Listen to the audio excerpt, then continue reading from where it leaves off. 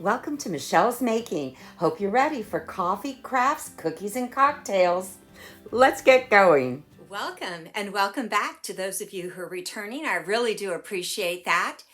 If you haven't already, I hope you'll consider subscribing, give this video a thumbs up, and share with your family and friends. Help this channel grow. Now, I use a celebration a day calendar to identify what the day is being recognized for. And a lot of times there's days or things that are assigned to a day that I have no idea what they are. But today's got a lot of things. Barrier Awareness Day, Packaging Design Day, School Lunch Hero Day, Paste Up Day, I'm not sure what that is, Space Day, Military Spouse Appreciation Day. Now that's a great one.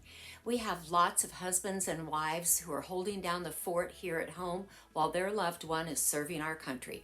So if you know anyone like that, please show your appreciation today. Roast Leg of Lamb Day, and Provider Appreciation Day. That's another one. Coming from a healthcare profession, I definitely believe in appreciating our providers. So show your appreciation to your provider today and every day. I'm going to give a shout out to my son Kalen, who celebrates his birthday tomorrow. Shane was last week, Kalen is this week, and also my daughter-in-law Kendall. She had a birthday this week, so to all you May birthdays out there, have a great one and enjoy it. Our coffee creamer of the day is Cinnamon Toast Crunch.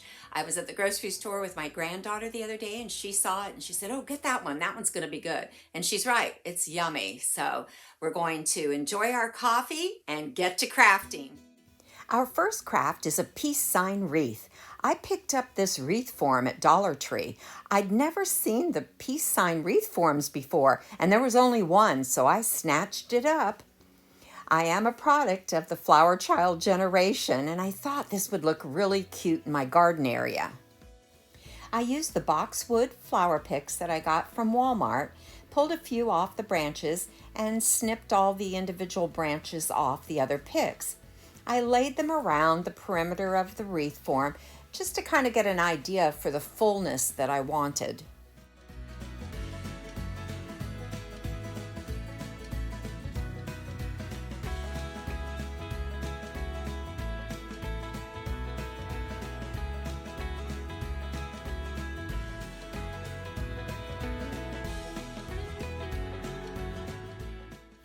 Using the green floral wire I picked up at Dollar Tree, I began wiring the branches to the wreath form.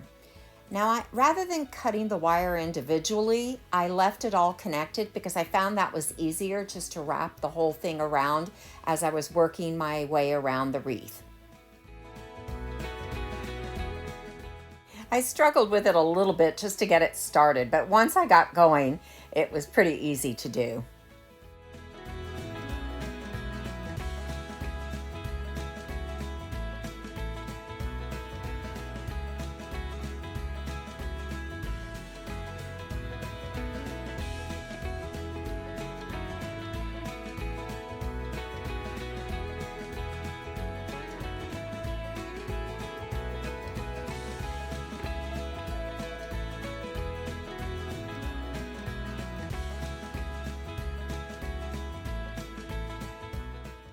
Sometimes I think the peace sign is maybe making a comeback. I see it occasionally on designs in stores, and my youngest granddaughter and her age group, around 11, 12 years old, seem to like the peace sign. So maybe it's making a comeback. What do you all think? Are you of the generation that enjoyed using the peace sign in your decor? Let me know in the comments. I did end up using a couple of small pieces of the wire to tighten up those pieces that are sticking out off the edge. Now I've got these ribbon roses I have literally had for 20, 30 years, maybe longer. I found them in my stash and I was thinking these would look really cute, the perfect touch to this. So I began hot gluing the flowers around the wreath, just scattered them around.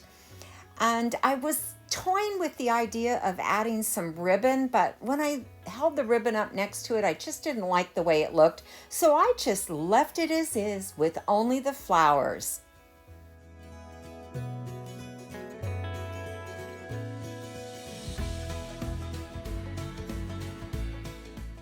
This wreath was just making me so happy. It was bringing me back to my teenage years. But there you have it, our peace sign wreath. Our next craft is a possibility plaque. We're doing our home reno, and with that, I had this ceiling plaque around the kitchen light, and with the change of decor, it wasn't going to match, so I had to take it down and decided it would be the perfect backdrop for a plaque. I needed to cut a circle in this Dollar Tree placemat. To mark a circle, I tied some twine to a pin and used a screw at the other end for my center and checked the size that I thought would be appropriate and traced that around, drew that around on my placemat so I'd have a pretty decent circle. It was a little wonky, but that wasn't going to matter in the end, as you'll see.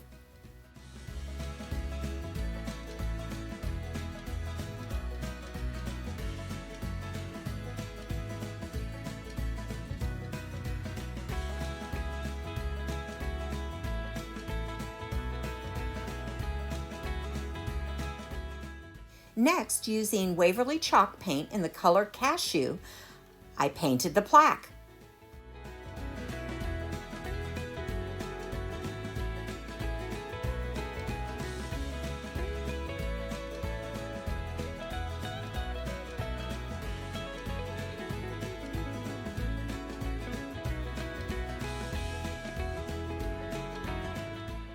I didn't worry too much around the raised detail edge because I was going to distress that area anyway, but I did do the sides, gave it a good coating. It only took one coat of the chalk paint to cover this, and of course, being impatient, I used my heat gun to help dry.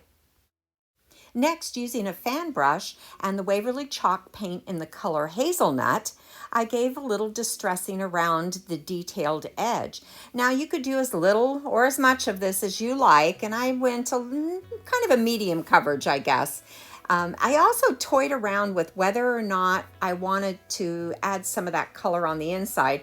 So I touched around the center that wasn't going to show just to see if I liked it and compared it to the placemat coloring.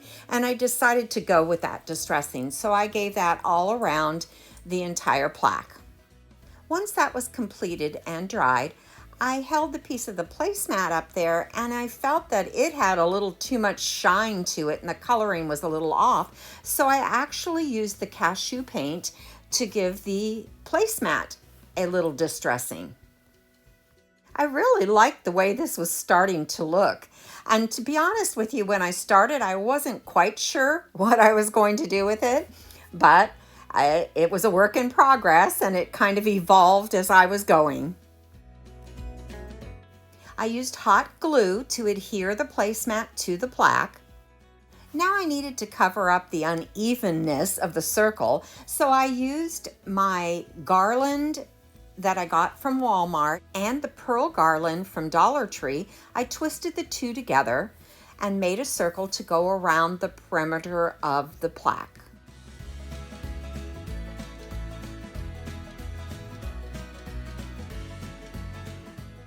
I used hot glue to adhere the garland to the plaque. As I was looking at this, I wondered if it maybe looked a little too Christmassy. I guess when I see red and green together, my mind goes to Christmas. What do you all think? Do you think this looks Christmassy or do you think it just looks farmhouse, country-ish?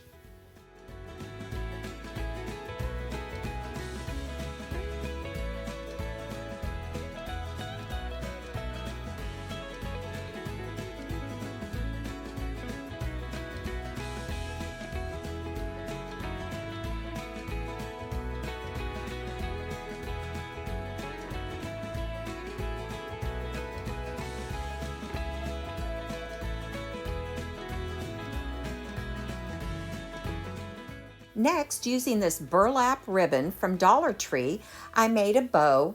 Now this is a one-sided ribbon, so when you flip the loops back on themselves, you've got to twist the ribbon around so that the design stays to the outside. So you can see I'm doing that here.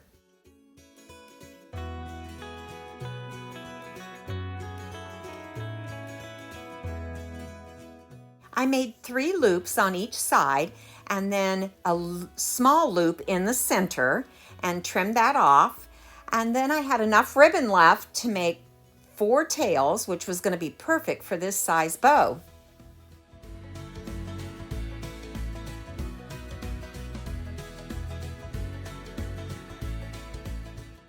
I used a wire tie to hold it all together.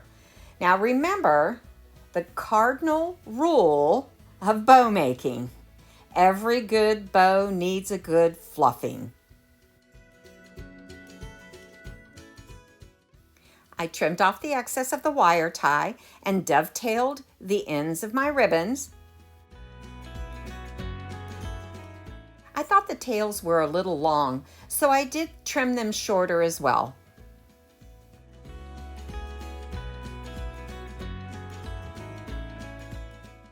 And then a little extra fluffing for good measure, and attached it to the plaque using hot glue.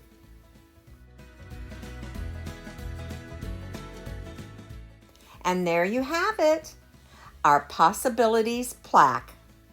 And you know what time it is now? It's time for a delicious pineapple melon margarita. This drink is made in a shaker over ice using melon liqueur, pineapple vodka, tequila, and pineapple juice. As always, the full recipe will be in the description box. Add your liquors and your pineapple juice to the shaker and shake, shake, shake until well chilled, and then you're going to pour it over ice into a margarita glass. You can add a piece of melon or pineapple as garnish if you prefer. And there you have it. The only thing left is to enjoy our pineapple melon margarita. Well, folks, that's it for another week. Thank you so much for sticking with me. Please subscribe, thumbs up, share with family and friends, and help this channel grow. I really do appreciate that. Let's make it a great week. Don't forget to take time to stop and smell the coffee, and I'll see you next Friday.